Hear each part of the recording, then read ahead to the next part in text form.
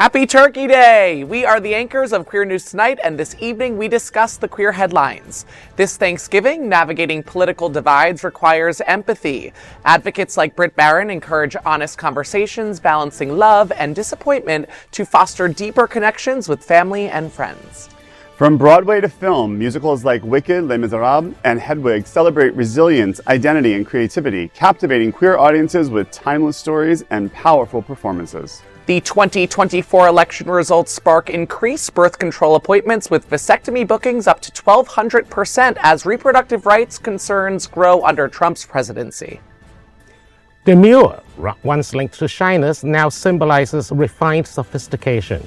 Influencer LeBron's viral TikTok videos make the word popular while kickstarting a cultural shift and empowering mindfulness. From stereotypes to complex characters, queer representation in sitcoms has evolved, marking key cultural moments and challenging social norms throughout the decades. We take a look at the best of the best. Good evening. Welcome to Queer News Tonight. This is the world's first and only LGBTQ daily evening television news, broadcasting live and available on demand on your favorite streaming channels. It is Thursday, November 28th, 2024. We are live and literally out of the closet and into the headlines. So many of your important stories we are going to tell this evening on Queer News Tonight.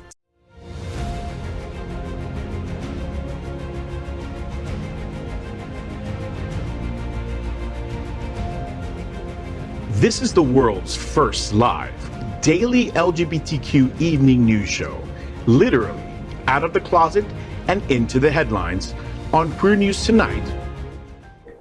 This is the world's first and only unedited live LGBTQ evening news show. Whatever happens unique in LGBTQ news, you will see it and hear it. Hotspots Magazine Happening Out Television Network is a nonprofit 501c3 media company in the same model of PBS and NPR, but designed for the LGBTQ community. Our mission is to support the 11 pillars of our LGBTQ community. We want to inform and educate the key issues of lesbian, trans, Latino, Black, healthcare, seniors, students, faith, social justice, business, and queer culture. Help us support our community. We are part of one of the largest LGBTQ nonprofit media companies in America, Hotspots Magazine and Happening Out Television Network. In 2025, our magazine is celebrating 40 years of the LGBTQ experience, and our television, news, talk, and entertainment shows support our mission to educate the LGBTQ and broader community. Let's meet tonight's Thanksgiving anchors at Queer News Tonight. Let's welcome Jeff Oliverio. He is a financial advisor and certified financial planner with Truist Wealth in Fort Lauderdale. Jeff is one of the founders and president of the Hollywood LGBTQ Council. He has served as co-chair for the National LGBTQ Task Force Gala since 2021. Welcome, Jeff. So happy to be here and so thankful for all these anchors. Where else would I want to be on Thanksgiving? Absolutely. I know. I'm thinking about the sweet potato now. Let's welcome anchor Dr. Bobby Huen. He is a certified civil and family mediator and a founder of BH Conflict Resolution Services.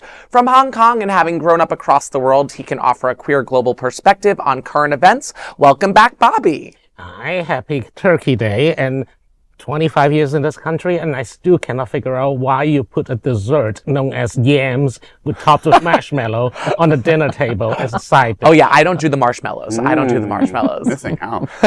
Let's welcome Alex Morash. Alex has written for The Advocate and served as editor-in-chief of Options Magazine. He has also served as media director of the National LGBTQ Task Force and press secretary for the Florida Democratic Party. Welcome back, Alex. Thank you. It's been so nice to see you 2 days in a row. And I'm the lucky one. It's been such a nice Thanksgiving day. I just want to say to my partner, you did an amazing job with dinner tonight, and to Eric and Sean visiting, so nice to see you both. Please stop touching all those things in my house you're not supposed to. And of course, this is today's lead anchor, Eric Restivo. Eric is well known for DJing at some of the largest clubs in West Hollywood and has had residencies in LA, P-Town, New York City, and now Wilton Manors. He is the television host of The W Boys, focusing on LGBTQ love for entertainment.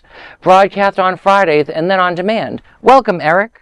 It's so good to be here on this round table. I'll be going from this table to the Thanksgiving table. Let's dive in. We are the reporters for Queer News Tonight, and this evening we begin with the queer headlines. The LGBTQ plus community in South Florida and across America is diverse. Our community across the world is vast, and here are the bullet points of the queer news for Thursday, November 28th, 2024. First, this evening, let's queer up politics. Thanksgiving Day. Can red and blue just get along for Thanksgiving dinner? Social media is full of TikTok and other videos saying they just can't when it comes to accepting political differences with family members this Thanksgiving. Thanksgiving is a time to reconnect with family and friends, but this year, political divisions may dominate dinner conversations. With the recent election results fresh in many minds, the tension between personal relationships and political differences is more palpable than ever. For some, sitting down with loved ones who hold opposing views feels like a daunting task. The question arises, how do we maintain relationships with people whose choices seem to conflict with our values? This dilemma is particularly challenging for individuals whose identities are directly impacted by those political decisions. For Black trans women and writer Britt Karen, bridging divides begins with radical empathy, even across political lines. She says, quote, as progressives, we forget how we've evolved, urging others to embrace both bonding and bridging spaces for personal growth. Her book, Do You Still Talk to Grandma? Love the title, tackles tough questions about holding love and disappointment simultaneously. She says this person cared for you and also voted in ways that hurt you. Both can be true, end quote. As Thanksgiving approaches, her message resonates. True connection isn't easy, but starts with honest conversations. Advocates also talk about balancing bonding circles. These circles provide safe spaces to feel seen and heard. As families gather, the importance of navigating political and social divides with empathy and curiosity becomes clear. Acknowledging the complexity of others' choices while holding firm to personal integrity can pave the way for meaningful dialogue. This Thanksgiving, the real challenge and opportunity lies in staying at the table, fostering connection despite discomfort, and building a future rooted in shared understanding. George Washington declared a national holiday of thanks in 1789. He said that we should all be thankful for our existence. We ask you, what are you going to be thankful for this Thanksgiving? Well, boys at the round table, I think you should all go around and say one thing that you're thankful for this Thanksgiving. I think after we talk about the story a little bit, I think that this story is a term that I use here a lot, a little murky. You know, it's a little murky, watery. I have expressed at this table, actually to you before, that I've got relatives that I have sort of accepted that I can't change in this lifetime, right? It's like, so I don't know what happens in the next lifetime, if we come back, and I have that opportunity, maybe. But at this point, I've accepted certain relatives in my family of a certain age who are just not going to understand things, whether that may be hurtful or not to me and the other LGBTQ people in my family. So I've expressed that view here before. So this story hits home for me, but a little murky. Well, I guess I'm thankful for actually the guy sitting to your right. Alex's partner. So I moved earlier this year. Yeah. I moved earlier this year with my husband to a new apartment complex, and that's where I already know that Alex and Gil live there. They are my downstairs neighbors. So these days you can see us, on the drive at the coffee shops, getting coffee and fussing about Alex's dog.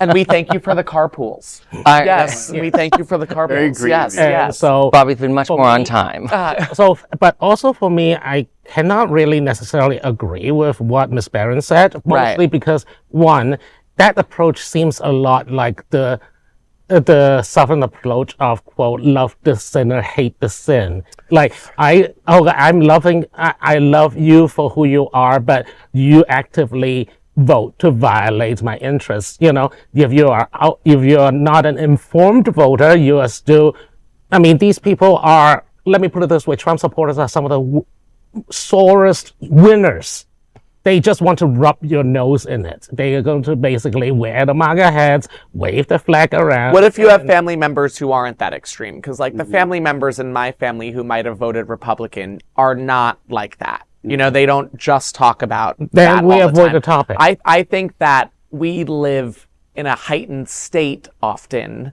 where everything you're saying is completely understandable, but I think this has to be case by case. It's tough to overgeneralize. So I don't agree with what Miss Barron is saying either, but it's... Well, as a professional mediator to make peace at the table, I mean, one of the easiest to, especially in the short term, is essentially avoidance. Conflict avoidance is real, and conflict avoidance starts by basically understood agreements, not necessarily verbal agreements. That's just mutually understood that some certain topics should not be broached because it will lead to conflict. Agreed. That's smart and the right way that it should be done. See, I come from an Italian family, so we like conflict. I know that should be a shocker to all of you. I am very thankful for meeting you, Bobby, and you being part of my life. And Queer News Tonight is also, you got me into this, which has been so fun. But also, I appreciate that you are okay with disagreeing with me. And I think, for me, looking at this idea, I get very concerned that there's been a lot of liberals and liberal elites really talking about like, oh, how are you going to deal with your family at Thanksgiving? I'm like, well, they're your family, and how they vote does not equal if they are or not homophobic. They might be homophobic. They might be homophobic and voted for who you think is the better of the two candidates. They might not be. But I look at that and like her words of like, well, it's progressive. We've evolved. I'm like, that's a superiority complex at the end of the day. I am sick of that sort of liberal nonsense. Just because you have like, it's okay to have different values as well. Right. And we don't really have a discussion in this society anymore of like, you have your beliefs, dude, that's fine. I have my beliefs. I'm going to go vote for who I want to. You're going to go vote for who you want to. That's great. If you're family, you should be able to get past that to have dinner. That's all I'm saying. I'm thankful that we live in a country that we have privilege to talk about the differences that we do have. I'm also thankful that I have a family that is very supportive, but I'm also very sensitive to those out there that feel like they're ostracized from their family by whether it's political views or statements that are making them feel less than. Yeah. I think that's a real thing, and the holidays are very hard for a lot of people for many reasons, so I think we should acknowledge that. But I think we do have to find ways to create some type of corridors where we can have, let's just say like, let's turn on the game. Yeah. Just like, just use some like, let's turn on some music. Like, let's just use some transitional conversations that don't have anything to do about who we voted for 3 weeks ago. Because honestly, it's not going to change during Thanksgiving. Cocktails is a bit of a hit or miss. Drinking is a great tool. Yeah, I don't know if I agree with that. I mean, I don't agree with the drinking. Or at least I'm not signing off on that. Just stuff their mouths with food. Then they cannot argue. But next, let's queer up entertainment. Stay tuned. Broadway Gaby looks at the best Broadway musical films. Wicked is on the top of every LGBTQ mind this week. The 1939 movie to book to Broadway musical to blockbuster movie is breaking records. But musicals have enchanted audiences for over a century, transitioning from vibrant Broadway stages to dazzling big screens. These cinematic adaptations celebrate timeless stories, blending music, drama, and dance into unforgettable art. The roots of movie musicals trace back to vaudeville and comic opera, with groundbreaking productions like Showboat in Oklahoma, redefining the genre in the early 20th century. In 1927, the jazz singer launched the movie musical era, ushering a golden age through the 1960s. Despite waning popularity in the 70s, the 2000s saw a resurgence with hits like Chicago, which sparked queer audience fascination anew. Today, film adaptations of Broadway classics such as Les Miserables and Wicked continue to win gay hearts. Celebrating this genre, Stacker compiled the top 15 stage-to-screen adaptations ranked by IMDb, and highlights include Fiddler on the Roof, Tick, Tick, Boom, and cult favorite Hedwig and the Angry Inch. Topping the list are enduring classics like West Side Story and Chicago. These films remind LGBTQ viewers of the power of identity, resiliency, and creativity. With Wicked casting its spell already, musicals promise to remain a beacon of hope and joy for the queer community across the world.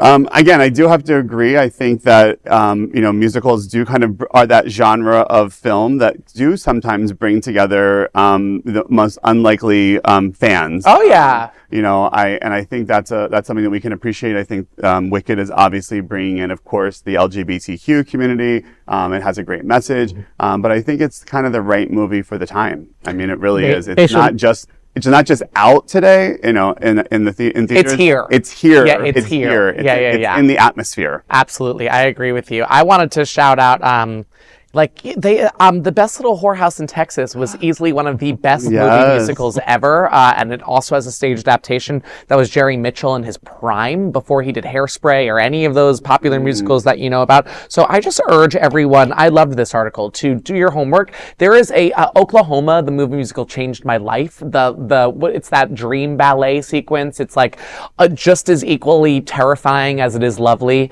I think that there's a whole movie musical section right now on Peacock or Paramount Plus. Take advantage of it. It's great right now. You can tell what my BFA is in, honey. Yeah. Looking at that list, I was just so excited to see Hedwig and the Angry Inch. Yeah. It's such a beautiful movie. It's such a beautiful movie. And I actually prefer, I might get in trouble for this if this goes on the reels, but I prefer the movie to the stage production. I saw the stage production with two different takes. I saw it with Andrew Reynolds and I saw it with a female presenting Hedwig, Lena Hall. She was in a bunch of other things on Broadway too, but she played that as well. And it was, I like the movie better still. I think Hedwig is probably the one on the list that is basically explicitly queer. There's no implications. Little Shop of Horrors had a queer ass-eaten plant. Yeah. You cannot tell me that Audrey too. Well, actually, it's on the list. I'm pretty sure it's on the list. Yes, it's number 10 on the list. Yeah, there you go. Right. To defend Hedwig for a second, because this is the most important news of the night. And remember, you heard it here first. The person that played Hedwig, Yeah. they were the one that created that character in the movie. Like he didn't just write the. That's right. He first played with that character on the road for years before making a movie. Yeah. So of course, his adaptation John is Cameron Mitchell. Yeah. I think I would know the name, and I think I saw him once at a art gallery in New York. But I know I'm terrible. I know. It's okay. You're great with a lot. You are. But you didn't even bring up Grease. Do we need to bring up Grease? Alex brought up Cats before. What we were talking about yesterday though. But Grease will always be here. 40-year-old woman playing a high schooler? What is wrong with Listen, this? Grease will always be here. 40 can still play high school. What about Grease 2? Grease 2. Oh, I'm God. a cool writer. Why? Michelle Pfeiffer. Why are we doing this? I used to act that scene out in my room. Okay, fine. Sorry, we're going to do that. I'm going to bring We're going to smother it. The last word on this is Gen Z. You should look up Grease 2. It was amazing. It was amazing. Sure. It was. Next, let's queer up health. One outcome of Trump's election, a 1,200% increase in vasectomy appointments. Happy Thanksgiving, all. This is the result that Queer News Tonight did not predict from Trump's November 5 win. Male vasectomies skyrocketing. Donald Trump's return to the White House after defeating Kamala Harris has raised concerns about the future of reproductive rights. The conservatives' controversial views on abortion and contraception, including his false claims about late-term terminations, have alarmed many. Planned Parenthood has reported unprecedented increases in birth control appointments since the November 6 election results. Vasectomy appointments rose by a staggering 1,200% as men and people with penises rushed to secure a permanent solution to prevent unwanted pregnancies. Planned Parenthood also noted significant spikes in IUD fittings, 760%, and contraceptive implants, 350%. Vasectomies, a minor surgical procedure, involved blocking sperm-carrying tubes to prevent pregnancy. Vasectomies become effective after at least 2 months so that the semen can become sperm-free, however. It does not protect against STIs. Modern no-scalpel techniques offer quicker recovery and fewer complications. Patients often resume normal activities within the same day, with local anesthesia ensuring minimal discomfort. For LGBTQ viewers, the rise in vasectomy highlights broader concerns about bodily autonomy and healthcare access. Under Trump's presidency, with reproductive rights possibly at stake, community members are taking proactive steps to preserve personal agency. And there's a very important little side fact on this. The most, I'm not sure if this is an exact science, but one of the most common days for unwanted pregnancies is Thanksgiving, because college kids go home with their significant other, and apparently somebody gets somebody pregnant. So kids, be careful, use a condom. I was just going to say, if there's ever time to take up stock in Planned Parenthood, it's now, because everything that Planned Parenthood is going to be giving, it's going to be the only access for people. Well, I mean, with they this actually, the GOP has already, incoming Senate and House of Representatives, the Republican members have already loudly declared that their number one priority is to defund Planned Parenthood. So there goes a lot of the OBGYN services and counseling services women needs. Right. They all focus on, abortion, which, yes, PP do provide abortion, but that's only a very small portions of their services. But they want to, they just want to get rid of the whole kit and caboodle just because they don't like the organization. But more to the point, I think I heard it somewhere, but please verify before you do, that I believe Amazon can prescribe Plan B pills. Oh. And the pill, just a hint, the pills last for 4 years. So you might want to stock up before SCOTUS ruling might get rid of it altogether. I think it's interesting that after the first Trump presidency, we had pussy caps, and now we're having penis cuts on the second Trump presidency. And one more word of warning to viewers, the vasectomy does not protect you against Matt Gaetz. Oh. Be careful. What you were saying earlier, it's important for viewers to see both sides of the story on things like abortion access, because, what's scary is the Republicans in the Senate could vote to end the filibuster and outlaw abortion. I also want to remind viewers that Democrats could have done the same thing to restore Roe 4 years ago and didn't. So both parties have really helped create this situation. Well, unfortunately, now it's a more critical issue than ever before. And for people who need reproductive help, the time is now to find a solution. And next, let's queer up gay culture. It's not in our vocabulary in 2024, but demure is the dictionary word of the year. Dictionary.com has named demure its word of the year. The term, traditionally defined as, quote, characterized by shyness and modesty, reserved, end quote, has evolved to symbolize refined and sophisticated appearances or behaviors. The trend gained momentum in August when influencer LeBron went viral on TikTok with a series of videos showing how to be demure in various everyday situations. From job interviews to airplane boarding, LeBron explains how mindful choices in appearance and behavior can exude confidence without being loud. In one of her videos, she says, quote, "You see how I'm doing my makeup for work? Very demure, very mindful," end quote, suggesting that her approach to makeup and attire for work is subtle yet stylish. The viral videos have amassed over 54 million views and 5 million likes. The popularity of these videos has helped LeBron to earn enough money to pay for housing, her transition, and help several friends. According to Dictionary.com, the word saw a staggering 1,200% increase in usage this year, with searches 200 times higher than before. In its press release, Dictionary.com says, quote, "Demure represents a cultural shift in attitude towards personal presentation and appearance as in-person experiences become the norm again after years of remote and hybrid routines," end quote. This shift marks an empowering redefinition of modesty where demure represents a choice, one that blends grace with quiet strength, inspiring many to embrace mindfulness as a way of life.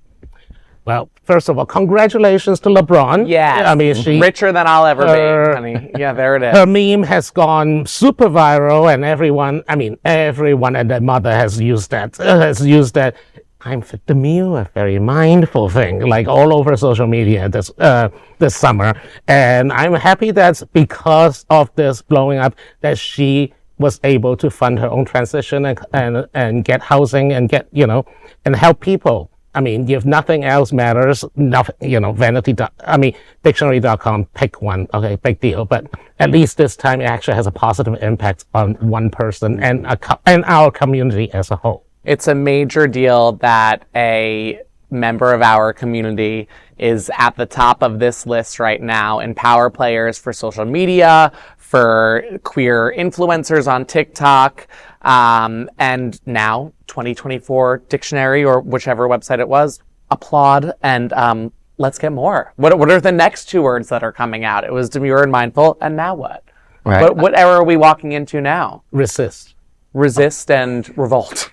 Yeah, well, This was 2016. Revolt might be 2024. But no, demure is, I just think it's a lovely word to use. I've been trying to teach my puppy to be more demure, like just for the love of God. But it's a beautiful word that we didn't use enough. I love you, but the boy is not going to be demure by any means of the imagination. I think you get the message of LeBron about being demure is a message a lot of people do need. So thank you, LeBron, for giving that message to people, because a lot of people are doing all the things too many times and need to be a little bit more demure.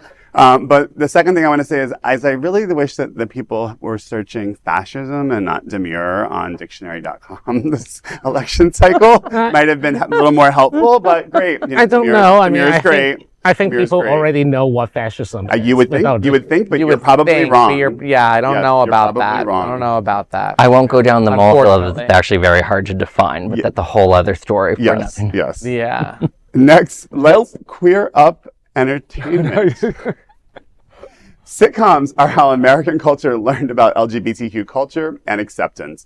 Sitcoms have long been a mirror reflecting American culture, often capturing the norms and values of their times. Yet these iconic shows also subtly change social conventions, especially when depicting LGBTQ characters. Initially, queer representation in sitcoms was scarce, often relegated to stereotypes or marginalized roles. But over the decades, these portrayals have evolved, offering a more diverse and nuanced representation. In 1971, All in the Family made history with the first appearance of a gay male character, Steve, which sparked a nationwide debate. President Nixon himself criticized the portrayal, saying it, quote, glorified homosexuality, end quote. It should glorify homosexuality. This moment marked the beginnings of a shift with shows like The Mary Tyler Moore Show, Cheers, and Maude featuring LGBTQ characters, typically in minor roles. The late 70s saw more groundbreaking moments. Soap introduced Jodi Dallas, the first openly gay character in a leading role, portrayed by Billy Crystal. The Jeffersons and All in the Family also included early trans and gender non-conforming characters, including Laurie Shannon's drag queen portrayal on All in the Family. In 1986, The Golden Girls featured a lesbian character, marking a major milestone in the representation of lesbians. Fast forward to the 90s, and shows like Friends featured the first lesbian couple raising a child, while Roseanne introduced one of the first bisexual recurring characters through Sandra Bernhard. By the late 90s, LGBTQ representation exploded, with Will and Grace bringing a gay main character to the forefront in 1998. The 2000s brought further visibility with shows like Queer as Folk and The L Word, continuing to diversify queer depictions on screen. Today, LGBTQ representation is more diverse and prominent, with recent shows like Doctor Who and The Boyfriend on Netflix paving the way for queer stories to be told globally. This evolution in sitcoms underscores a broader cultural shift, reflecting not just who's represented, but how LGBTQ people are portrayed. Complex, real, and here to stay.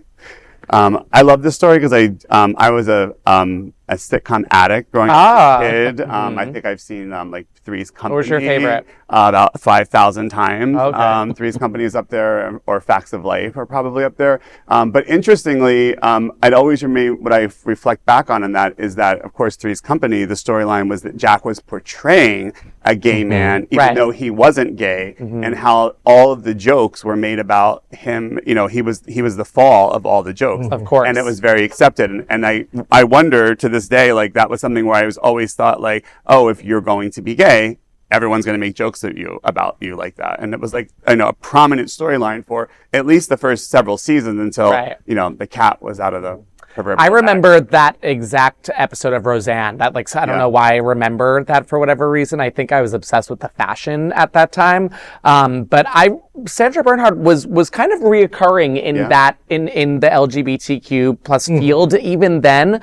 And she's someone who has translated to now. I mean, she was just recently on the most recent season of American Horror Story. I mean, she's around. I am going to go out on a limb, though, and say that it almost feels like there was more back then than there is now. A little bit like right now, like today, November 28th, 2024, there's not that much. And I mean, there's some within, your favorite streaming things, but I can't think of a prime time show right now that's featuring two gay love interests. I mean, Grey's Anatomy kind of dips in and out of it, but, not really, can you think of anything right now? I think of streaming is where I see it all. But I was, as Jeff was reading the story, I was just trying to think to myself, I was like, so what is on right now, for us?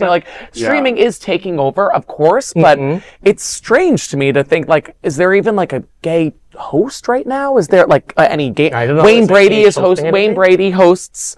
Wayne Brady came out as of course. No, but is that it? But is that it? Right. Is it just Rue right I now? mean, well, he's a different type of host, but you have Anderson Cooper. And Wayne Brady came out as bisexual and pansexual. So I mean, that's some queer representation right there. Andy Cohen is a hot bottom mess. Yeah, I guess there's. I mean, Sarah Gilbert's playing a straight person on Roseanne today, which is like even. Do you have a comment, Bobby? Well, the thing is, I think like the represent. I don't necessarily need the numbers in representation, but I need the substance in representation. And we have gone better at it that way. Like, remember when Will and Grace happened, Will was essentially a flat character. He's 2D. Because essentially the character should have been a mix between Will and Jack. It was supposed to be, daytime professional and then nighttime off work sassy, openly queer, very, flamboyant person. But they basically got half of it, so Will becomes the straight man and Jack becomes the comic foil. So he is his queerness is so exaggerated, it's beyond comprehension. Although I cannot say that I don't love Jack and Karen. Oh God, yeah, you wouldn't you can't be sitting at this table if you can't. I mean, come on. I have this weird, I go so back and forth on Will and Grace because 14-year-old me loved that show, but as I started to grow up, I was like, wait a minute, this was the most one-dimensional representation of queer people. Yeah. But Karen Walker's character was great. I loved Karen Walker. I was more like absolutely fabulous, like ab fab, was my queer, like that, and I know that no one was really, like her ex-husband wound up becoming, gay and everything, but it was kind of similar to Schitt's Creek in which no one came out. Everyone was just gay. It was fine. You didn't explain anything. It just, that's how it existed in that world. And I would like more of that on the screen. What I thought back in the day, we mentioned Queer as Folk. The U.S. Queer as Folk, it was nice, but it got a little too focused on queers were always being discriminated against, whereas the UK one, the time, the UK Queer as Folk's even older, and it was a much more accurate representation of gay men. Just, we were messy, we were queer, or they were going out way too often. The US version was a little after school. Right, and which is to be, Sharon Gless. Yeah, I mean, right. Yeah. But also, it was iconic quote of the night. It was also universally, the L word, not so much the L word because I haven't seen it all that much, but especially Queer as Folk at that time was very white cis gay. Yes. It was, it was all bunch of good looking white men and a twink. Yes. But all good looking. Yeah. And I was in college at the time and, I still see the representation, but, they don't look like me. I'm now happy that, Netflix is doing Asian gay shows. Apparently there's some spoy love thing going on and now TikTok has lost their minds on that stuff. And of course, the Heartstopper thing that brings kids or even at least young adults back to the thing. I mean, I think to your point, our biggest LGBTQ star on TV right now is Bowen Yang. Oh, right. Which was something that would not have happened on SNL. Right. He does not play a gay character. He's playing every character. Right. And I think that's where we are today versus where we would have been 20 years ago. And that representation matters. If he wasn't there, who would have told Timothée Chalamet to pretend to be Troye Sivan? That was brilliant. That was a great scene. That was a mic drop right there. Next, let's queer up travel. Visit Lauderdale welcomes you to Men of Style event in Fort Lauderdale. Mark your calendars for December 5th as Visit Lauderdale invites you to the Men of Style. Bill Schultz representing the Pride Center event at the Galleria, Fort Lauderdale, hosted by Kimpton Shorebreak Hotel. The event promises a glamorous evening filled with fashion and community pride. Tickets are priced at $150. Don't miss out on an opportunity to show your support and celebrate style. Further details are available at visitlauderdale.com.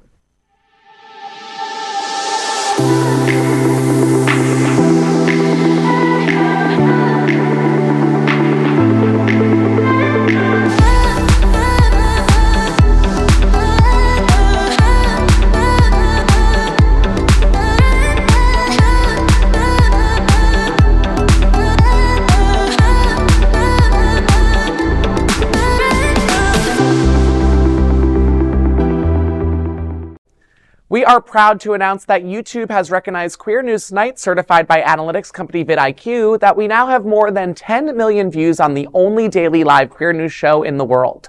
We are proud that we have more than 1,000 new subscribers in November, and that Queer News Tonight has more YouTube subscribers than any other LGBTQ brand in Florida. Over 500,000 of you have watched this show in the last 60 days. Wow. We thank you for watching and supporting our voice in our community. Next, we are proud of our special partnership with Sunshine Cathedral, the world's largest queer church here in Fort Lauderdale. Supporting that partnership, we are broadcasting from our permanent set here at the Sunshine Cathedral at the Happening Out television studios.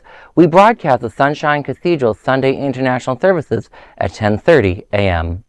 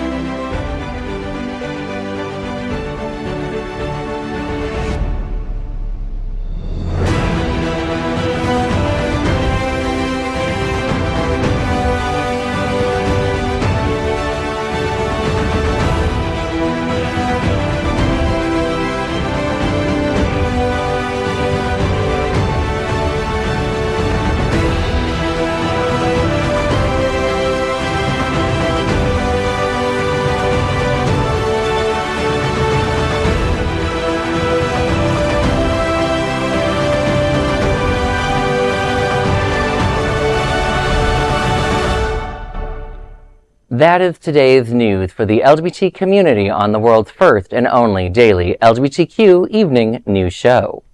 If our community is important to you, share this news with your friends and family. Join the conversation on your favorite streaming platform. Queer News Tonight is the only live LGBTQ digital television show in the world that is out of the closet and into the headlines. We need your support. If our community is to grow, we must tell our stories and bring them to the attention of the broader world. This is the only place in the world that tells these types of LGBTQ stories in motion and sound. That is the passion of Hotspots Magazine, Happening Out Television Network, and Queer News Tonight. I'm your anchor, Eric Restivo, and on behalf of these LGBTQ reporters, the anchors of Queer News Tonight, including Jeff Oliverio, Dr. Bobby Huen, Alex Morash, we will see you daily at 8 p.m. To our LGBTQ world, we wish you happy Thanksgiving and good night.